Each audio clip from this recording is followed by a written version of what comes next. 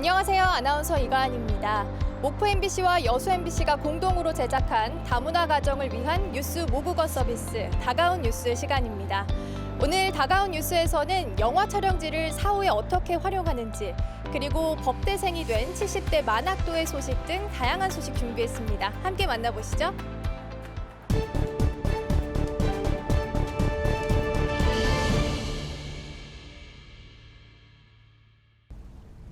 국내외 영화를 통틀어 1,700만 명의 최다 관객을 기록한 명량.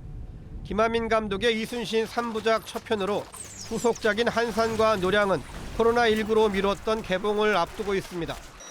이 두 편의 후속작은 이미 재작년과 작년에 촬영을 마쳤고 여수 돌산 진모지구 영화 촬영장에서 대부분의 촬영이 이루어졌습니다.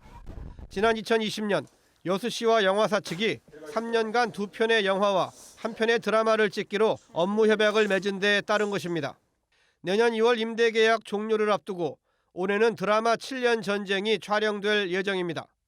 이에 따라 여수시는 올 상반기 안에 용역을 의뢰해 촬영장 사후 활용을 준비하기로 했습니다. 벤치마킹을 통해 가지고 사후 활용 가능한 구조물이 이번 드라마가 10월 달에 끝나니까요. 종합적으로 판단해 가지고 한번 향후 대책을 영역을 한번. 여수시는 다른 시군의 촬영장 사후 활용 실태와 남아있는 세트의 재활용 여부 등을 다각적으로 검토할 계획입니다. 또 오는 2026년에 열릴 세계섬 박람회의 주무대가 돌산 진모지구라는 점도 적극 고려한다는 구상입니다. 특히 영화 한산과 노량의 흥행 여부는 사후 활용의 방향을 크게 좌우할 전망입니다. 영화 명량의 후속작 개봉을 앞두고 여수시가 구상하는 진모지구 촬영장 사후 활용에 벌써부터 관심이 쏠리고 있습니다. MBC 뉴스 최우식입니다. 서해 항로의 중요한 기착지였던 군산의 고군산군도 바닷속. 다발로 포개진 청자와 접시들이 신비한 모습을 드러냅니다. 나무로 만든 닷과 노 등 고선박의 흔적들도 함께 보입니다.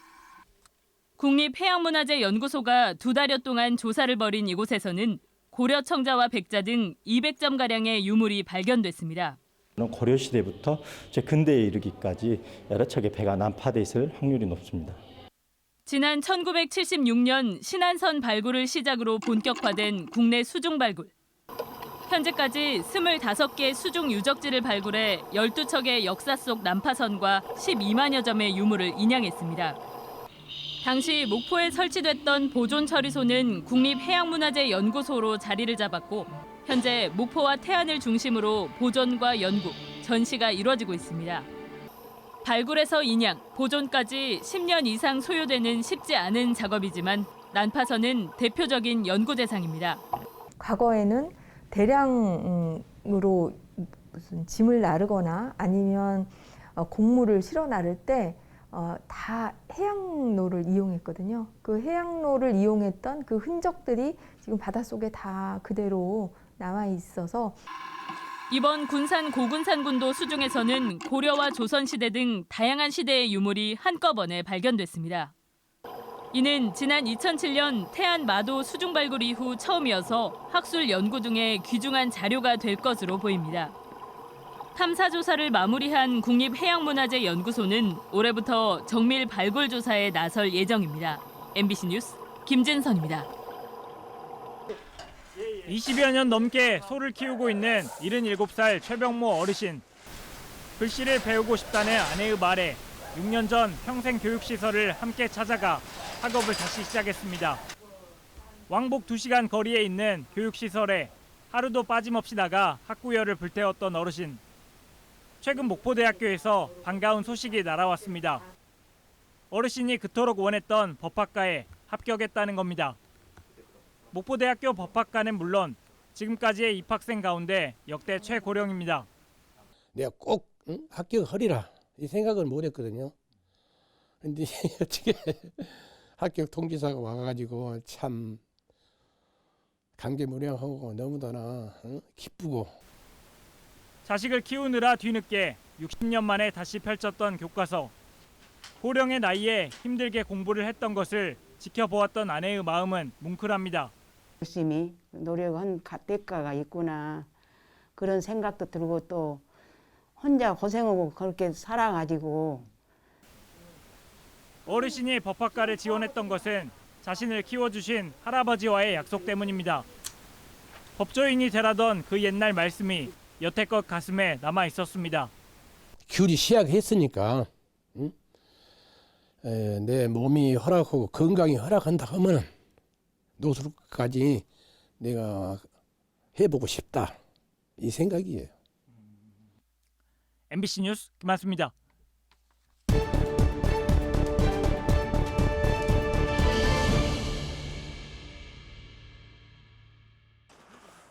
무안국제공항 바로 옆에 조성 중인 35만 제곱미터 규모의 항공 특화 산업단지입니다. 지난해 말 착공해 현재 지작물 철거와 기반 조성 공사가 한창입니다. 전체 공정률은 40%, 올 연말 완공될 예정입니다. 이에 발맞춰 왕복 4차로의 산단 진입도로 공사가 올해 시작됩니다. 국내에서 처음 항공 정비 이른바 MRO 중심의 산업단지로 주목받고 있습니다. 항공 정비를 비롯해 항공 물류, 항공기 부품 등 관련 기업들이 이미 분양 계약을 했거나 준비 중입니다. 우리 군의 미래 먹거리 산업인 무안항공특화산업단지가 조성되면 2023년부터는 항공 정비와 항공 물류 그리고 기내식품 회사 등이 입주하게 됩니다. 우리나라 전 해역을 지키는 해경 통합항공기지도 항공특화산단 안에 건설됩니다. 해경 초계기와 헬기 등도 필요한 항공 정비를 한 곳에서 일괄적으로 받을 수 있는 시너지 효과가 기대됩니다. 무안국제공항 인프라도 대폭 확충돼 항공 정비 산업의 청신호가 되고 있습니다.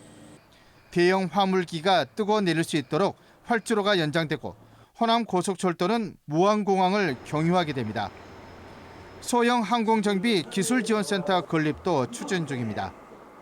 50인승 이하 소형 항공기, 그다음에 교육 훈련기, 그리고 3년 뒤에 상용화될 도심 항공 모빌리티, UAM 쪽으로 정비를 특화시킨다면 충분히 경쟁력을 갖출 수 있습니다.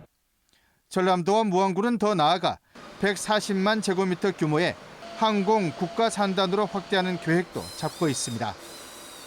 미래 성장 동력인 항공산업 클러스터 구축에 무안국제공항을 중심으로 가시화되고 있습니다.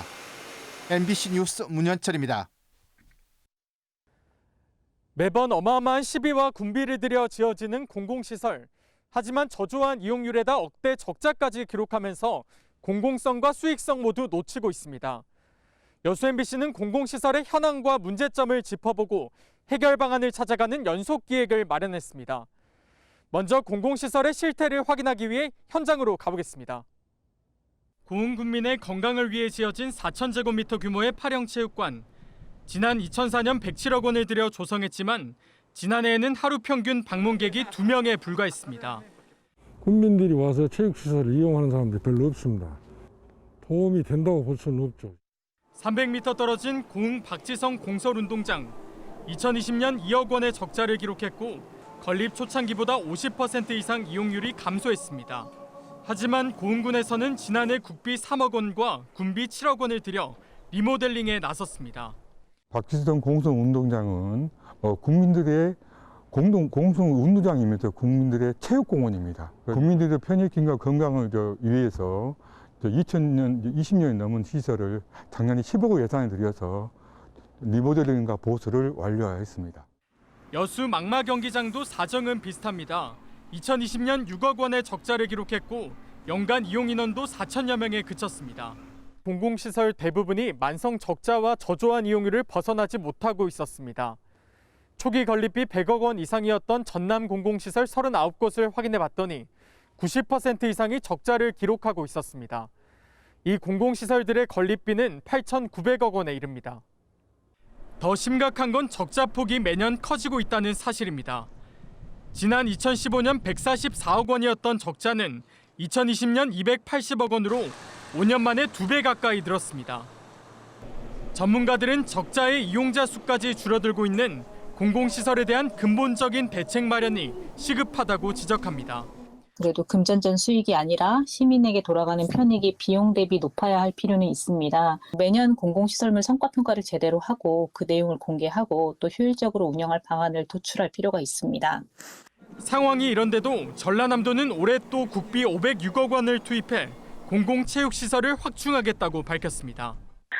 이제 이용자들이 좀 많이 줄고 있긴 하는데 그래도 이제 우리 지역민들이 이제 건강하고 행복한 삶을 누릴 수 있도록 이제 그래도 시설 확충은 필요하다고 보여집니다. 공공성을 내세워 매년 추가 예산까지 투입하고 있지만 정작 시민들에게는 외면받고 있는 공공시설. 공공성을 이유로 매년 혈세만 낭비되고 있는 건 아닌지 의문입니다. MBC 뉴스 안상혁입니다. 여수 광양항의 지난해 총 물동량 잠정치는 2억 9,300만 톤, 전년 대비 6.5% 증가했습니다. 여수 광양항은 이제 총 물동량 기준 국내 2위 항만으로서 동북아 물류 거점으로 자리를 공고히 하고 있습니다. 그럼에도 불구하고 항만공사 측은 여전히 고민이 적지 않습니다. 광양항의 컨테이너 물동량이 좀처럼 눈에 띄는 증가세를 보이지 못하고 있는 겁니다. 지난해 컨테이너 물동량 잠정치는 211만 TEU. 전년 대비 2%가량 증가했지만 최근 5년의 물동량 증감 추세를 보면 거의 제자리 걸음 수준입니다. 여수광양 항만공사가 올해 컨테이너 물동량 확대를 위해 팔을 걷어붙였습니다. 가장 먼저 스마트 자동화 항만을 구축하고 자족형 화물 창출을 위한 수출입 기업 지원 확대, 컨테이너 전기선의 미주 유럽 노선 서비스도 확대하기로 했습니다. 융복합 마케팅도 강화하기로 했습니다. 항만 배후단지 내 전략적 우량기업 투자 유치를 추진하고 중장기 화물 마케팅 전략도 강화하기로 했습니다. 10개 주요 우리 고객 리스트를 만들어가지고 매달 사장인 저부터 영업할 거예요. 그래서 1선사 1척 늘리기. 이렇게 해서 버텨나가고 지금 우리 8개 선석입니다. 부산 21개. 이미 운동장은 기울어져 있단 말이에요. 부산 신항 3개 선석이 올해 추가 개장하고 글로벌 공급망 불균형으로 광양항의 컨테이너 물동량마저 이탈 가능성이 커지고 있는 상황. 여수광양 항만공사가 올해 목표치로 설정한 컨테이너 물동량 220만 TEU를 달성하고 컨테이너 자립 항만으로서 새로운 기반을 만들어낼 수 있을지 지역 항만 물류업계의 관심이 증폭되고 있습니다. MBC 뉴스 김주입니다.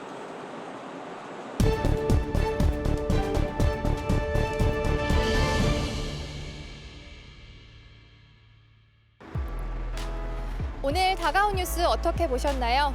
목포 MBC와 여수 MBC는 앞으로도 다문화 가정에 꼭 도움이 되는 소식들을 발굴해 전해드리도록 노력하겠습니다. 다가온 뉴스 오늘 순서는 여기서 마칩니다. 다음 이 시간에 뵙겠습니다. 고맙습니다.